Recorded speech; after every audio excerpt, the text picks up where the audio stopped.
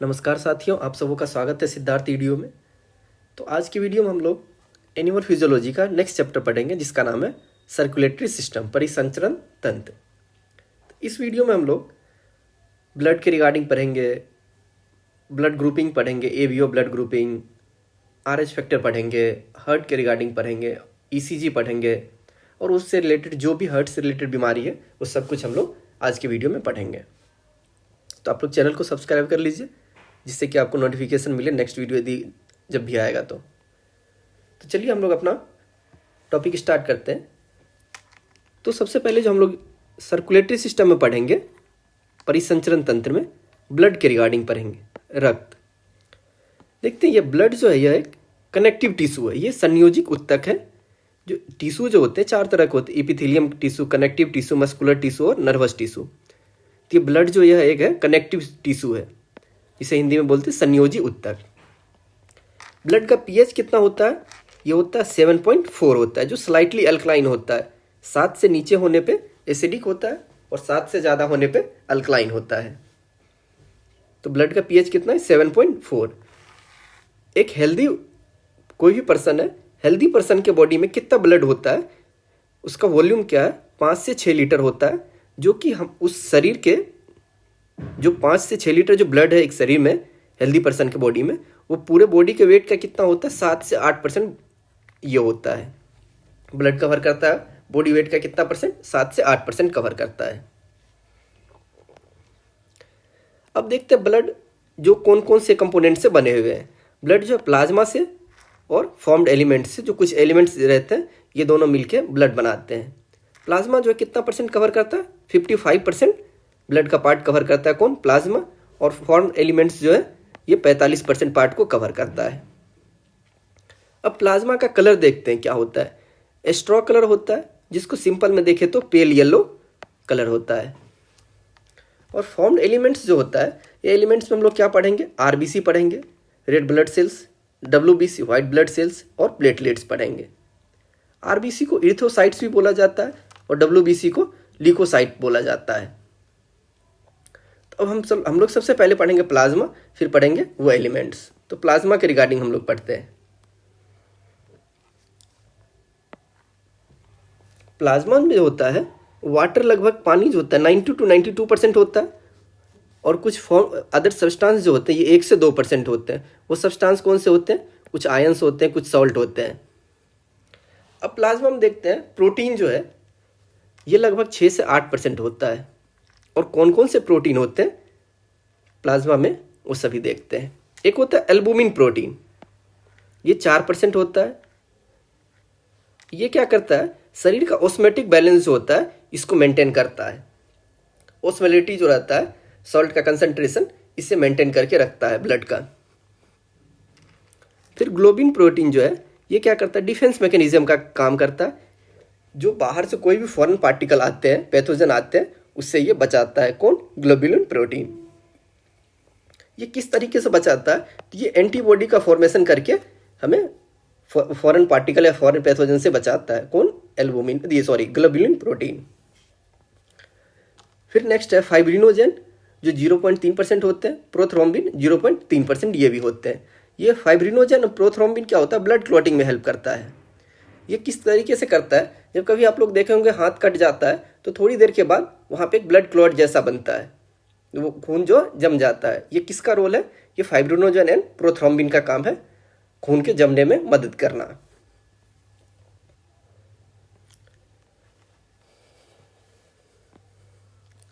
अब दूसरा हम देखते हैं फॉर्म्ड एलिमेंट्स।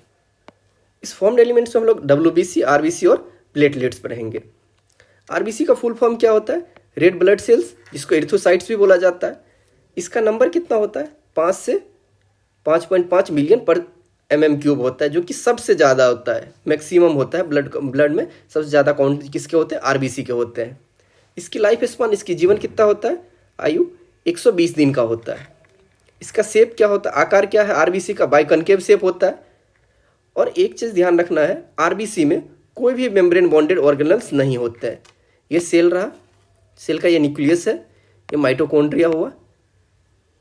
ये जो भी सेल ये ऑर्गेनल बॉन्डेड ऑर्गेनल्स है, सेल में ये कोई भी नहीं होता है। इस वजह से इसमें क्या होता है, ना तो कोई डिवीजन होता है ना एरोबिक रिस्पिरेशन होता है, इसमें एनारोबिक रिस्पिरेशन होता है। एनारोबिक बोलने के पीछे का रीज़न क्या है, जो कि माइटोकॉन्ड्रिया एब्सेंट है तो क्रेब साइकिल होगा नहीं, तो इस वजह से एनारोबिक रिस्पिरेशन होगा।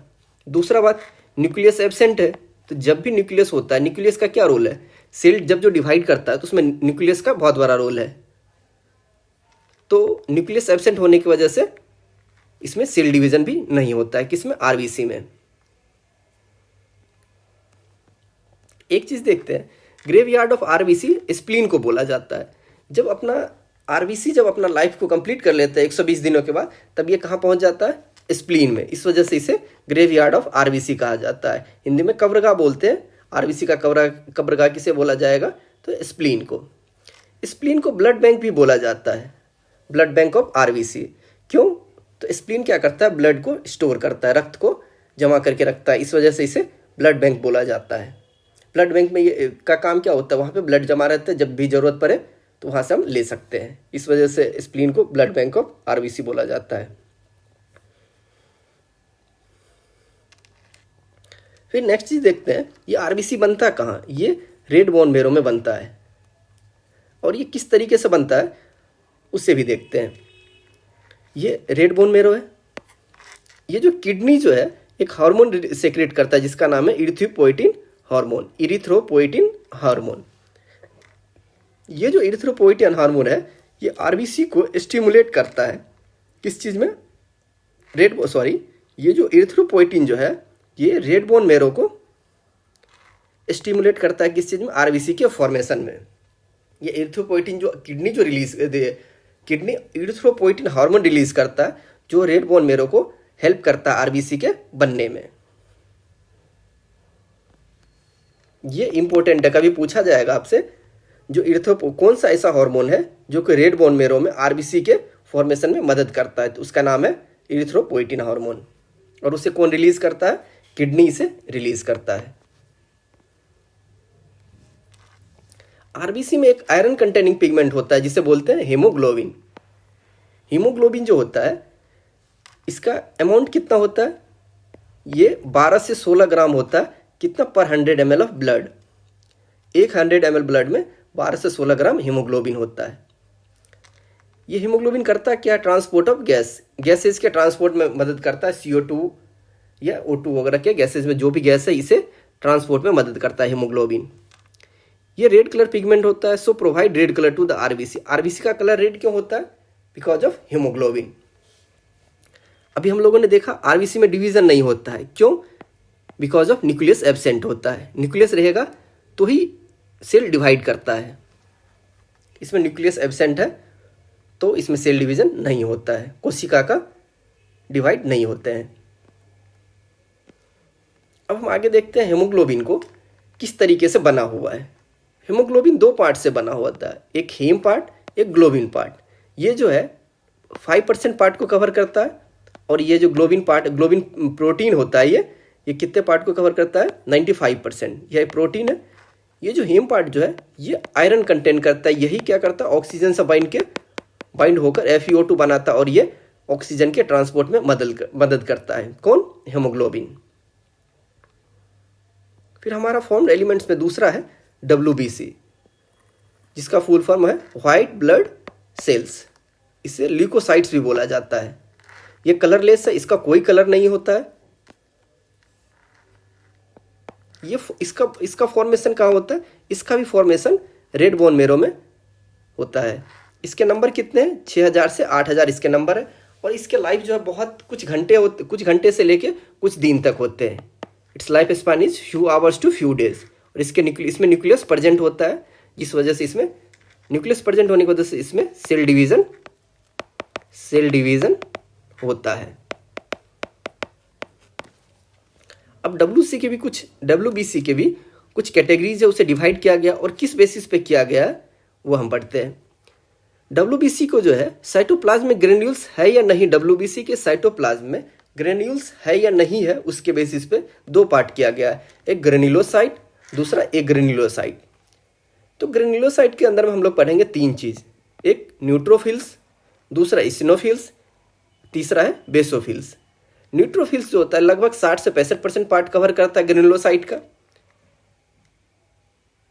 सॉरी WBC का। इस्नोफिल्स 2 से 3% पार्ट कवर करता है WBC का। बेसोफिल्स आधे से 1% पार्ट कवर करता है। ये न्यूट्रोफिल्स जो है ये फेगोसाइटिक इन नेचर होता है, जो कि बाहर से जो भी पैथोजन आते हैं इसको इनगल्फ करते हैं, उसके खा लेते हैं। ये किसका रोल है? न्यूट्रोफिल्स का।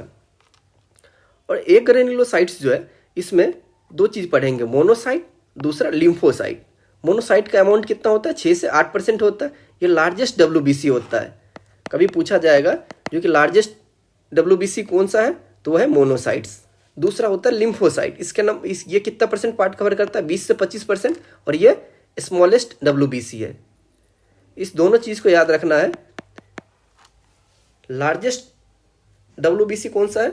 मोनोसाइट। स्मॉलेस्ट WBC कौन सा है? लिम्फोसाइट। अब आगे देखते हैं फॉर्म्ड एलिमेंट्स में तीसरा, प्लेटलेट्स या थ्रोम्बोसाइट्स। प्लेटलेट्स का काम क्या होता है ये पढ़ेंगे, ये कहाँ प्रोड्यूस होता है ये सब कुछ देखते हैं। Platelets are produced from megakaryocytes. ये कहाँ पे बनता है? मेगाकैरियोसाइट्स में बनता है। ये स्पेशल टाइप का एक सेल है जो कहाँ पे मिलता है? रेड बोन, ये बोन मेरो में मिलता है। ये देखिए, ये मेगाकैरियोट है, मेगाकैरियोसाइट्स है ये। इसी से अब देखते हैं किस तरीके से बनता है। मेगाकैरियोसाइट से ये न्यूक्लियस रहा। अब यहाँ पे एक क्या होता है, यहाँ पे डिवीजन होता है। ये जो एक ये पार्ट जो बल्ज आउट बाहर निकलता है, ये फ्रेगमेंट जो टूट जाता है, उस वजह से एक नया फ्रेगमेंट बनता है। और ये क्या करता है? नया प्लेटलेट्स को बनता है। इस प्लेटलेट्स के नंबर कितने होते हैं? 1.5 लाख से 3.5 लाख होते हैं। और ये प्लेटलेट्स क्या करता है? ब्लड क्लॉटिंग में हेल्प करता है। आप लोगों ने देखा होगा जो कि डेंगू के केस में जब टेस्ट करवाते हैं उसमें प्लेटलेट काउंट ही करते हैं। जब प्लेटलेट्स का काउंट कम होता है तो वो ब्लड क्लॉटिंग में हेल्प नहीं करता है। ब्लड क्लॉटिंग में बहुत टाइम लगता है। नंबर ऑफ प्लेटलेट्स डिक्रीज, ये कम हो गया। ब्लड क्लॉटिंग डिसऑर्डर, उससे रिलेटेड जो भी डिसऑर्डर होते हैं वो इशू होने लगते हैं प्लेटलेट्स के नंबर के कम होने से। फिर एक चीज़ देखते हैं अब, इंटरेस्टिंग चीज़ है, ये है ब्लड ग्रुपिंग। जो पहचान किस तरीके से मैचिंग करते हैं, ए ब्लड ग्रुप है या बी ब्लड ग्रुप है या AB ब्लड ग्रुप है या O ब्लड ग्रुप है। इसके दो कैटेगरी होता है, उसके दो मेथड्स हैं, दो प्रोसेस है। तो सबसे पहले हम लोग पढ़ेंगे ABO ग्रुपिंग। ये जो ABO ग्रुपिंग होता है ये RBC है। RBC के सरफेस पे एंटीजन प्रेजेंट होता है। इसी एंटीजन के प्रेजेंस होने या ना होने के बेसिस पे हम लोग डिवाइड करते हैं ये कौन सा ब्लड ग्रुप है। ये जो RBC है इसके सरफेस पे एंटीजन है तो डिसाइड करेंगे, जिस पे नहीं है उसके बेसिस पे हम लोग डिसाइड करेंगे ये कौन सा ब्लड ग्रुप है। अब देखते हैं जो ब्लड ग्रुप होता है 4 मेनली होते हैं, A, B, AB and O। ये 4 तरह के ब्लड ग्रुप होते हैं। अब पहचानते हैं जो भी ब्लड ग्रुप रहेगा, A यदि है इसकी RBC के सरफेस पे एंटीजन उसी नाम से रहेगा। A है तो एंटीजन A रहेगा। ब्लड ग्रुप यदि B है तो ये RBC के सरफेस पे एंटीजन कौन सा है? B है। AB ब्लड ग्रुप जो है इसके सरफेस पे कौन सा एंटीजन है? A antigen and B antigen है। O ब्लड ग्रुप जो होता है इसके सरफेस RBC के सरफेस पे, इसके सतह पे कोई एंटीजन नहीं होते हैं। अब आके देखते हैं जो एंटीबॉडी किस तरीके से प्रोड्यूस होता है, कौन प्रोड्यूस करता है, किसके अगेंस्ट करता है। तो देखिए ये जो है ये RBC, इसमें ब्लड ग्रुप कौन सा है? A है। इसके सरफेस पे एंटीजन A है। यदि मैं बाहर से इसे ब्लड ग्रुप B दिया तो ये B के सरफेस पे तो B एंटीजन है, तो ये इसे पहचान तो नहीं पाएगा, जो कि अपने जैसा एंटीजन तो नहीं है। तो इसके खिलाफ क्या करेगा? एक एंटीबॉडी बनाएगा। तो A के खिलाफ कौन सा बनाएगा? B एंटीबॉडी बनाएगा। कौन सा blood group? A blood group. अब देखिए B ब्लड ग्रुप है तो ये यदि दूसरे ब्लड के कांटेक्ट में आने से तो ये पहले अपने देखेगा जो कि मेरे जैसा ये एंटीजन है या नहीं है दूसरे ब्लड में। RBC के सरफेस पे ये B एंटीजन है या नहीं। यदि उस पे ये एंटीजन है B के सरफेस, जो B RBC ये B ब्लड ग्रुप है, देखेगा सामने वाले ब्लड ग्रुप में यदि B एंटीजन है तो उसके अगेंस्ट में ये एंटीबॉडी नहीं बनाएगा। यदि वैसा एंटीबॉडी नहीं, ये एंटीजन नहीं है तो एंटीबॉडी बनाएगा। तो देखिए तो B जो है A टाइप का एंटीजन बनाएगा। कारण है ये जब हम यहाँ पे देंगे तो इसके अगेंस्ट एंटीबॉडी बनाएगा। फिर तीसरा है A B antigen, sorry A B blood group. देखिए ए बी के सरफेस पे जो है दो तरह के एंटीजन है, ए एंड बी। यदि ए, ये जो ब्लड ग्रुप है ए, इसे यदि देते हैं तो ये आरबीसी पहचान, ये ब्लड ग्रुप ए बी जो ब्लड ग्रुप है ये पहचान लेगा मेरे जैसा एंटीजन है, तो इसके अगेंस्ट में एंटीबॉडी तो नहीं बनाएगा। फिर यदि ब्लड ग्रुप बी देते हैं तो ये देखता है मेरे जैसा सामने में ब्लड ग्रुप है, तो इसके अगेंस्ट भी एंटीबॉडी नहीं बनाता है, तो इसमें कोई भी एंटीबॉडी नहीं बनता है। अब तीसरा ये चौथा जो है ब्लड ग्रुप ओ है। अब हम यहाँ से यदि देते हैं A antigen, sorry A blood group यहाँ से लाते हैं तो देखेगा यार जो कि ये मेरे जैसा तो है नहीं, मेरे सरफेस पे तो कोई एंटीजन नहीं है, इसमें एंटीजन है, तो इसके अगेंस्ट क्या करेगा, ब्लड ग्रुप बनाए, ये एंटीबॉडी बनाएगा, तो ए एंटीबॉडी बनाएगा। उसी तरीके से बी को यदि हम यहाँ से लाते हैं ये देखेगा, फिर से पहचानेगा भी इस मेरे पे तो कोई एंटीजन नहीं है और ये सामने वाले के सरफेस पे एंटीजन है, तो बी के अगेंस्ट में क्या करेगा, एंटीबॉडी बनाएगा। कौन कौन से एंटीबॉडी बनाएगा, ओ वाले, ए एंड बी एंटीबॉडी बनाएगा। अब ये डोनर ग्रुप देखते हैं, ये क्या करेगा, एक तो ओ वाले से तो ये ले सकता है ब्लड, कारण है जो कि इसके सरफेस पे एंटीजन है, सामने वाले पे एंटीजन है नहीं, कोई नहीं, तो इससे ब्लड ले सकता है। तो डोनर ग्रुप क्या रहेगा, ए एंड ओ। बी पे कौन से डोनर ग्रुप होते हैं, बी एंड ओ। बी जो है सामने वाले देखेगा यदि बी जैसा है तो उसके अगेंस्ट एंटीबॉडी बनेगा नहीं, ओ में तो कोई एंटीजन है नहीं, तो इसलिए कौन सा डोनर ग्रुप होंगे, बी एंड ओ।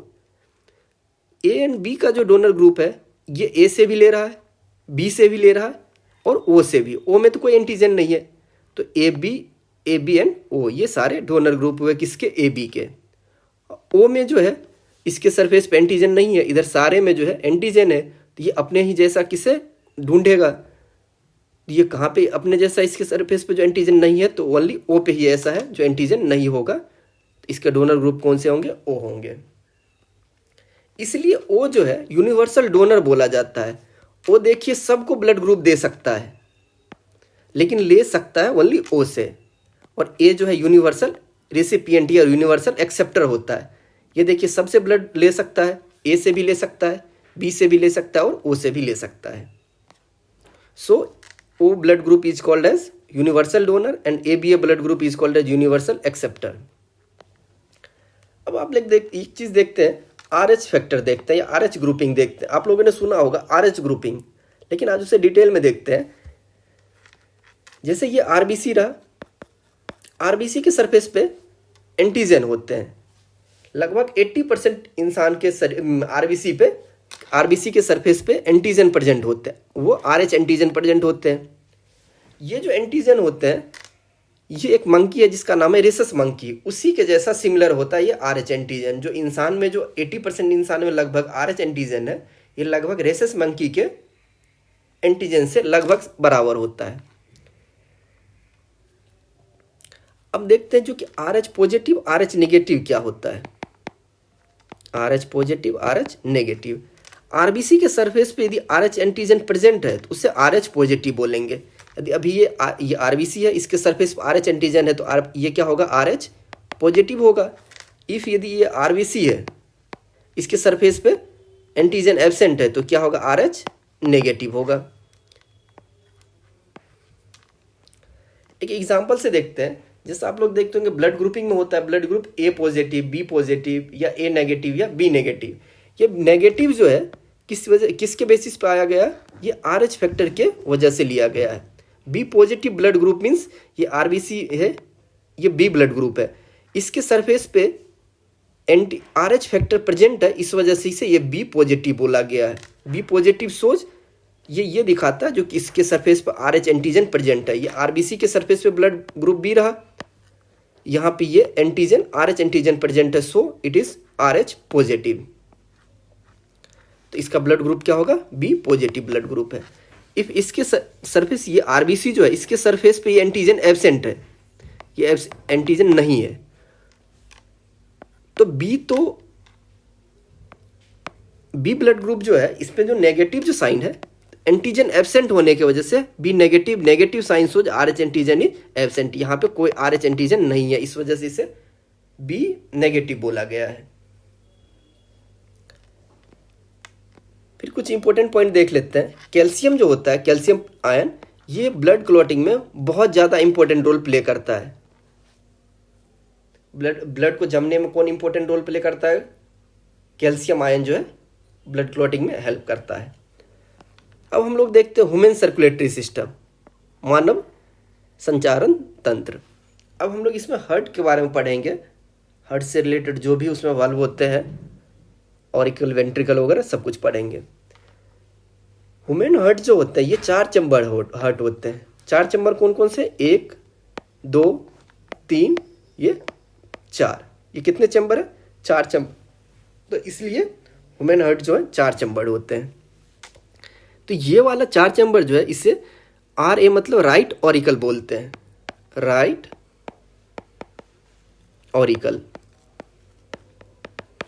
इसे क्या बोलते हैं? लेफ्ट ऑरिकल बोलते हैं। इसे क्या बोलते हैं? Right ventricle. और इस साइड वाले इसे क्या बोलते हैं? Left ventricle. ये जो ऑरिकल के बीच में जो डिवीजन, एक जो सेप्टम बना हुआ है वाल जैसा, इसे क्या बोलते हैं? Inter atrial septum. इंटर मतलब बिटवीन, दो के बीच में, एट्रियल मतलब एट्रिया है, 2 एट्रिया के बीच में जो सेप्टम एक डिवीजन वाल जैसा बना हुआ है, इसे इंटर एट्रियल सेप्टम बोलते हैं। अब देखिए, अब ये ऑरिकल और वेंट्रिकल के बीच में सेप्टम डिवीजन है। ये ऑरिकल, ये हो गया, ये भी ऑरिकल है। ऑरिकल और वेंट्रिकल, ऑरिकल और वेंट्रिकल। तो इसके बीच का जो डिवीजन जो दिया हुआ है इसे क्या बोलते हैं? Atrio ventricular septum. एट्रियो मतलब ये एट्रिया, ये वेंट्रिकुलर मतलब ये वेंट्रिकल, सेप्टम मतलब डिवीजन। और ये जो दिया हुआ डिवाइड, तो दो वेंट्रिकल के बीच में है, इसलिए इसे इंटरवेंट्रिकुलर सेप्टम बोलते हैं। अब इसके साइज का ऑर्डर कभी पूछा जा सकता है क्वेश्चन में, जो सबसे ज़्यादा साइज किसका है? लेफ्ट ऑरिकल या लेफ्ट वेंट्रिकल या राइट ऑरिकल राइट वेंट्रिकल का? तो सबसे ज़्यादा साइज होता है लेफ्ट वेंट्रिकल का, फिर राइट वेंट्रिकल, सॉरी, फिर तीसरा होता है right auricle, then left ventricle. ये साइज का ऑर्डर है। तो सबसे ज़्यादा किसका है? Left ventricle, right ventricle, right auricle, then left auricle. फिर हम इसमें देखते हैं कौन कौन से वेन्स इसमें ब्लड में, ये सॉरी, हार्ट में इंटर करते हैं। जो हार्ट के ऊपर वाला पोर्शन है बॉडी का, ऊपर से जो ब्लड लेके आता है वो कौन सा है? उसका नाम है सुपेरियर वेना कावा। ये ब्लड लेके आता है कहाँ पे? राइट ऑरिकल में लेके आ रहा है। ये राइट ऑरिकल है और ये लेफ्ट ऑरिकल। तो ब्लड लेके ऊपर से कौन लेके आ रहा है बॉडी के अपर पार्ट से? Superior vena cava, upper part. और लोअर पार्ट से कौन लेके आ रहा है? Inferior vena cava. हार्ट के नीचे वाले ऑर्गन जो उससे ब्लड लेके कौन आ रहा है? हार्ट के पास इंफीरियर वेना कावा। और ये इंफीरियर वेना कावा को largest when of the body बोला जाता है। कभी पूछा जाए लार्जेस्ट, सबसे बड़ा वेन कौन सा है शरीर का? इसका आंसर क्या आएगा? Inferior vena cava. फिर ये जो 4 जो वेन जो है इसे बोलते हैं पल्मोनरी वेन। ये पल्मोनरी वेन क्या करता है? ऑक्सीजनेटेड ब्लड लेके आता है कहाँ से? लंग्स से। ये जो राइट साइड का जो ऑरिकल होता है, इसमें हमेशा डीऑक्सीजनेटेड ब्लड आएगा। उस ब्लड में ऑक्सीजन का अमाउंट बहुत कम रहेगा, ना के बराबर रहेगा। और लेफ्ट ऑरिकल जो होता है इसमें हमेशा ऑक्सीजनेटेड ब्लड लेके आता है। वो कौन लेके आता है? पल्मोनरी वेन लेके आता है। फिर अब देखते हैं यदि ब्लड तो उसमें आ गया, अब उससे बाहर कैसे निकलता है। देखिए, राइट साइड जो है राइट ऑरिकल है, ये डीऑक्सीजनेटेड ब्लड लेके आ रहा है। लेफ्ट वाला ऑक्सीजनेटेड ब्लड आता है इसमें लेफ्ट ऑरिकल में। तो राइट साइड में जो है ये यहाँ पे एक वाल्व जैसा लगा रहता है। ये वाल्व जो रहता है 3, ये देख रहे हैं ना, 3 जैसा बना हुआ है, इसलिए इसे ट्राइकस्पिड वाल्व बोलते हैं। और लेफ्ट साइड में देखिए 2 है, इसे क्या बोलते हैं? बाइकस्पिड या मिट्रल वाल्व। 2 मस्कुलर फ्लैप्स बना हुआ है।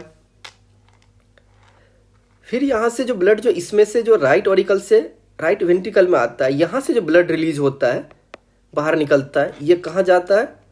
ये कौन लेके जाता है? पल्मोनरी आर्टरी लेके जाता है ब्लड। और यहाँ पे कौन सा वाल्व होता है? सेमिलुनर वाल्व होता है। किसमें? पल्मोनरी आर्टरी में। ये ऐसा आर्टरी है जो कि ओनली डीऑक्सीजनेटेड ब्लड लेके जाता है। आर्टरी का काम है मैक्सिमम केस में ब्लड को हार्ट से दूर ले जाना, और वेन का काम है ब्लड को डिफरेंट ऑर्गन से हार्ट तक लाना। तो यहाँ पे कौन सा वाल्व है? पल्मोनरी वाल्व है। और यहाँ से जो ब्लड जो निकल रहा है किसके थ्रू? कौन से आर्टरी? Pulmonary artery. ये पल्मोनरी आर्टरी क्या करता है? डीऑक्सीजनेटेड ब्लड ले जाता है, मतलब जो कि उस ब्लड में ऑक्सीजन की अमाउंट बहुत कम होती है। फिर लेफ्ट वेंट्रिकल से देखते हैं, इसमें तो ऑक्सीजनेटेड ब्लड आएगा, तो इसे जो लेके जाएगा उसका क्या नाम है? एओर्टा।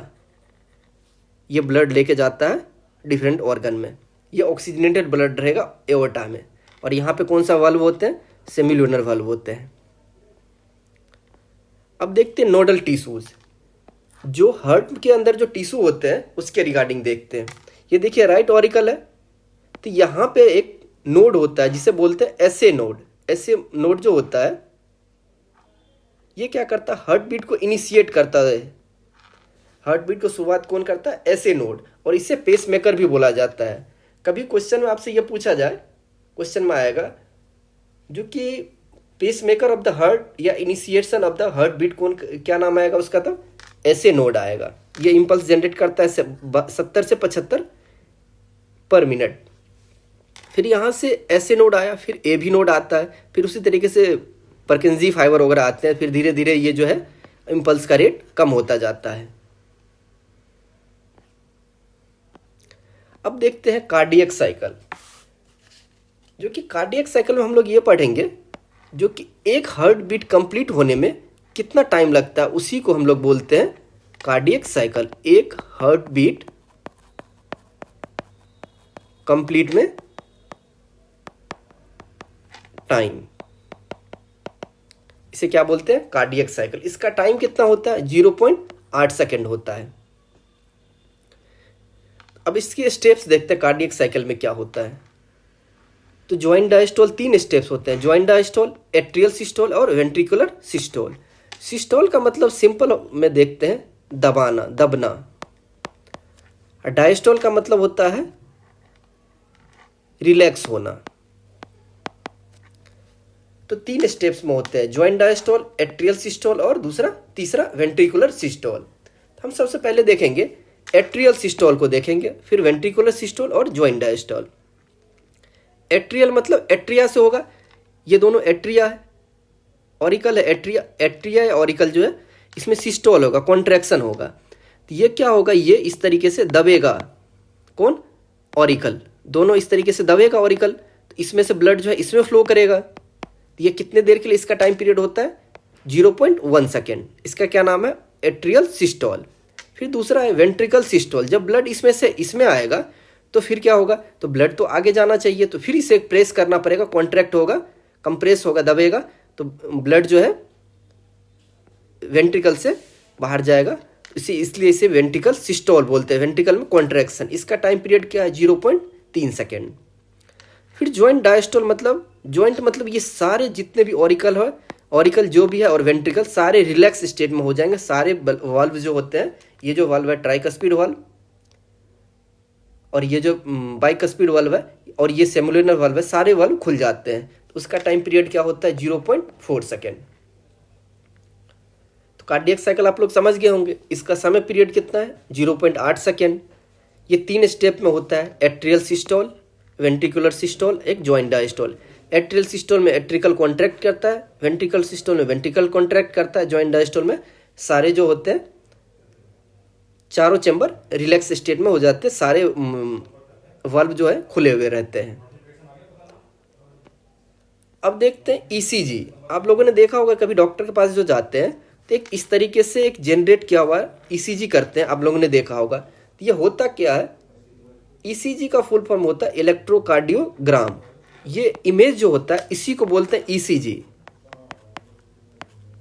और ये इसके जो मशीन जो होते हैं ईसीजी जिससे किया जाता है, इसको इलेक्ट्रोकार्डियोग्राफ बोला जाता है। यदि क्वेश्चन में रहे उसे अच्छे से पढ़ लेना, वहां पे मशीन पूछा गया तो उसका आंसर क्या आएगा? इलेक्ट्रोकार्डियोग्राफ। इमेज आएगा तो इलेक्ट्रोकार्डियोग्राम आएगा। इसमें जो वेव बने हुए हैं, पी वेव, QRS एक वेव होते हैं। ये T वेव 3 तरह के वेव है। ये जो QRS वेव है यही हमारे हार्ट बीट को शो करता है। ये जो पूरा कंप्लीट QRS है यह एक हार्ट बीट को शो करता है और इसे पल्स रेट भी बोलते हैं QRS को। अब तो यहाँ तक लगभग कवर हो गया। अब देखते हैं ब्लड वेसल्स। जो हम लोगों ने देखा, आप लोगों ने सुना होगा आर्टरी और वेन में क्या अंतर होते हैं, जिसको हिंदी में बोलते हैं वेन को सीरा, आर्टरी को धमनी। तो ये देखते हैं सीरा क्या होता है, वेन। देखिए इसका जो लुमेन जो होता है, ये जो लुमेन जो है ये वाइड होता है। इसका लुमेन ज़्यादा है एज कम्पेयर टू आर्टरी, इसका लुमेन छोटा है। इसके अंदर जो होते हैं वाल्व प्रेजेंट होते हैं। किसमें? ये वेन के अंदर में वाल्व प्रेजेंट होते हैं। और ये जनरली जो होता है डीऑक्सीजनेटेड ब्लड लेके जाता है। ये जनरली वेन जो है डीऑक्सीजनेटेड ब्लड कैरी करता है एक्सेप्ट पल्मोनरी वेन। देखिए एक और पॉइंट है, इसे एक्सप्लेन करते हैं। Always carry blood from blood को टुवार्ड्स द हार्ट के तरफ ये ले जाता है। ये हार्ट रहा, ये लंग्स, ये बॉडी पार्ट्स। तो वेन का काम है हार्ट के साइड ब्लड लेके जाना। तो ये वाला जो बॉडी पार्ट्स है यहाँ से ब्लड कौन लेके जा रहा है? ये वेन लेके जा रहा है। और हार्ट से हमेशा जो दूर ब्लड ले जाता है बॉडी ऑर्गन की तरफ, ये काम है आर्टरी का। तो यहाँ पे वही मेंशन किया हुआ है, ऑलवेज टुवार्ड्स द हार्ट। यहाँ से ऑर्गन से ब्लड लेके कौन जा रहा है? वेन लेके जा रहा है। और ये जो यहाँ से जो भी ब्लड लेके जो जाएगा, तो ये डीऑक्सीजनेटेड ब्लड, यहाँ पे तो क्वांटिटी कारण है जो कि CO2 का रिलीज होगा। तो कार्बोनेटेड ब्लड लेके जाएगा, कार्बन कंटेनिंग मतलब CO2 कंटेनिंग ब्लड। तो इस वजह से इसमें ऑक्सीजन का मात्रा ना के बराबर रहता है। जनरली डीऑक्सीजनेटेड ब्लड कैरी करता है एक्सेप्ट पल्मोनरी वेन।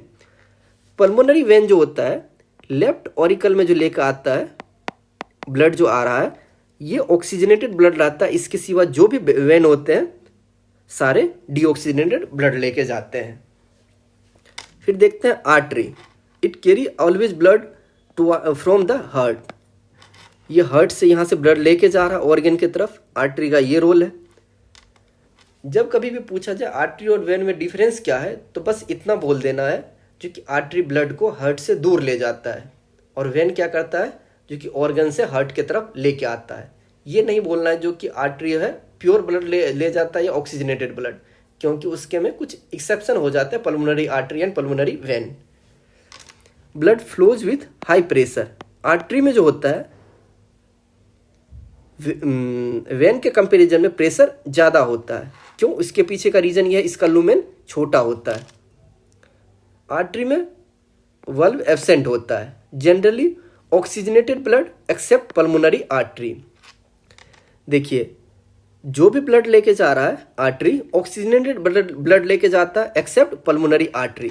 ये जो देखिए यहाँ से जो ब्लड जो गया आर्टरी ये लेके जा रहा है, ये डीऑक्सीजनेटेड ये जो है ऑक्सीजनेटेड ब्लड लेके जा रहा है। एक मिनट। आर्टरी जो जनरली क्या करता है, ऑक्सीजनेटेड ब्लड लेके जाता है एक्सेप्ट पल्मोनरी आर्टरी, ये डीऑक्सीजनेटेड ब्लड लेके जा रहा है। कहाँ पे? लंग्स के पास। ये फिर यहाँ से प्योरीफाई होके ऑक्सीजन कंटेंट करके तब लेके आता है हार्ट की तरफ। अब देखते हैं जो कि हमारे कार्डियक सिस्टम को कंट्रोल कौन करता है, किस तरीके से ये कंट्रोल होता है। Cardiac centre is located in the medulla oblongata. ये जो है मेडुला ऑब्लंगेटा, ये हाइंड ब्रेन का पार्ट है। हाइंड ब्रेन का पार्ट है पीछे वाले जो दिमाग का, पोन्स, सेरेबेलम, मेडुला ऑब्लंगेटा, ये तीनों पार्ट है किसके? हाइंड ब्रेन का। ये जो हाइंड ब्रेन में जो पार्ट है जिसका नाम है मेडुला ऑब्लंगेटा, ये हार्ट से रिलेटेड एक्टिविटी को कंट्रोल करता है। और ये किस तरीके से करता है? ANS ऑटोमेटेड नर्वस सिस्टम की मदद से ये क्या करता है? हार्ट बीट को कंट्रोल करता है। ANS जो होता है दो पार्ट में डिवाइड होता है, सिंपैथेटिक नर्वस सिस्टम, दूसरा पैरासिम्पैथेटिक नर्वस सिस्टम। ये सिंपैथेटिक हार्ट बीट को बढ़ाता है।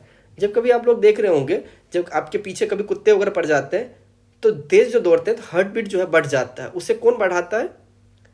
चाहे आप कभी परेशानी में हो, एंजाइटी हो, तो हार्ट बीट जो बढ़ता है उसके पीछे का रीज़न क्या है? सिंपैथेटिक सिस्टम क्या करता है? हार्ट बीट को बढ़ाता है, ब्लड सप्लाई को ज़्यादा कर देता है। मोर कंट्रैक्शन इन द वेंट्रिकल। इससे क्या होता है, जो कि वेंट्रिकल में ज़्यादा कॉन्ट्रैक्शन होगा, ज़्यादा से ज़्यादा ब्लड का फ्लो होगा, हार्ट बीट बढ़ जाता है उसमें। किसमें? सिंपैथेटिक का क्या रोल है? हार्ट बीट को बढ़ाना। पैरासिम्पैथेटिक का काम है हार्ट बीट को कम करना और less contraction in the ventricles. अब कुछ देखते हैं, डिसऑर्डर देखते हैं। किससे रिलेटेड? तो कार्डियक से रिलेटेड, सर्कुलेटरी सिस्टम से रिलेटेड कौन सा कुछ बीमारी है वो देखते हैं। पहला देखते हैं हाई ब्लड प्रेशर, उच्च रक्तचाप, इसको हाइपरटेंशन भी बोला जाता है। Normal blood pressure, normal BP जो होता है 120/80 होता है। जो 120 जो है यह एक सिस्टोलिक प्रेशर है और 80 जो है यह एक डायस्टोलिक प्रेशर है। फिर एक है, उसके बाद जो होता है, यदि इसी का जो वैल्यूज है 120/80 जो है, इसका जो वैल्यू बढ़ जाता है, जब ये 140/90 होता है, तो इसी को हाइपरटेंशन बोला जाता है, जो होता है 140/90 mm of Hg। जब हाइपरटेंशन होता है तो ये क्या करता है? हार्ट को, ब्रेन को, किडनी को ये इम्पैक्ट डालता है। और एक चीज़ और देखे होंगे, जब कभी डॉक्टर के पास जाते हैं तो ये हाथ के पास क्या करता है? एक पल्स को चेक करता है। तो वहाँ पे क्या चेक करते हैं? वो आर्टरी को चेक करते हैं। और उसे क्या, कौन सा आर्टरी रहता है? वह एक रेडियल आर्टरी रहता है। उसी से कलाई के पास रेडियल आर्टरी को टच करके पल्स को चेक करते हैं। फिर दूसरा है कैड, कोरोनरी आर्टरी डिजीज, जिसको एथेरोस्क्लेरोसिस भी बोला जाता है, कोरोनरी आर्टरी डिजीज। इसमें क्या होता है, जो हार्ट से जो है ब्लड जो जा रहा है, सॉरी, कोरोनरी आर्टरी जो ब्लड लेके जा रहा है कहाँ पे? यहां से जो ब्लड जो जा रहा है, इसमें क्या होगा? यहाँ पे डिपोजिशन हो जा रहा है किसका? फैट का, कोलेस्ट्रॉल का। इसका तो एरिया, ब्लड फ्लो का एरिया तो कम हो जाएगा। इस वजह से आर्टरी में ये, हार्ट के ऊपर ये इम्पैक्ट क्रिएट करता है, ये हार्म करता है। इसी को कैड बोलते हैं। कारण ब्लड का सप्लाई तो कम हो जाएगा, जिस स्पीड से ब्लड जाना चाहिए था, जितने अमाउंट में, अब तो इसी अमाउंट में जाएगा। पहले की क्वांटिटी इतनी थी। फिर हमारा तीसरा है हार्ट अटैक। हार्ट अटैक क्या होता है? Heart muscle is suddenly damaged by the इनएडिक्वेट blood supply. तो हार्ट के पास जितना अमाउंट में ब्लड सप्लाई होना चाहिए था, ना होने की वजह से उसके जो कुछ मसल्स जो होते हैं डैमेज हो जाते हैं। इस वजह से हार्ट अटैक आते हैं। चौथा है हार्ट फेल्योर। हार्ट फेल्योर क्या होता है? हार्ट को जितना ब्लड पंप करना चाहिए था, पंप करके दूसरे ऑर्गन तक पहुंचाना चाहिए था, उतना ना करे तो उस स्टेट को हार्ट फेल्योर बोलते हैं।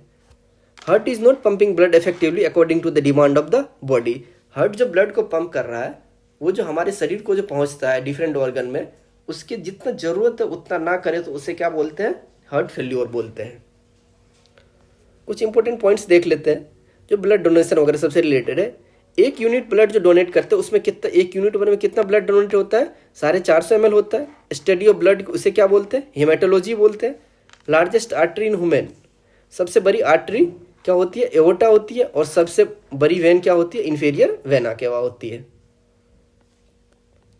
चलिए, थैंक यू। आपको वीडियो कैसा लगा प्लीज़ कमेंट कीजिएगा और चैनल को लाइक कीजिएगा, शेयर कीजिएगा।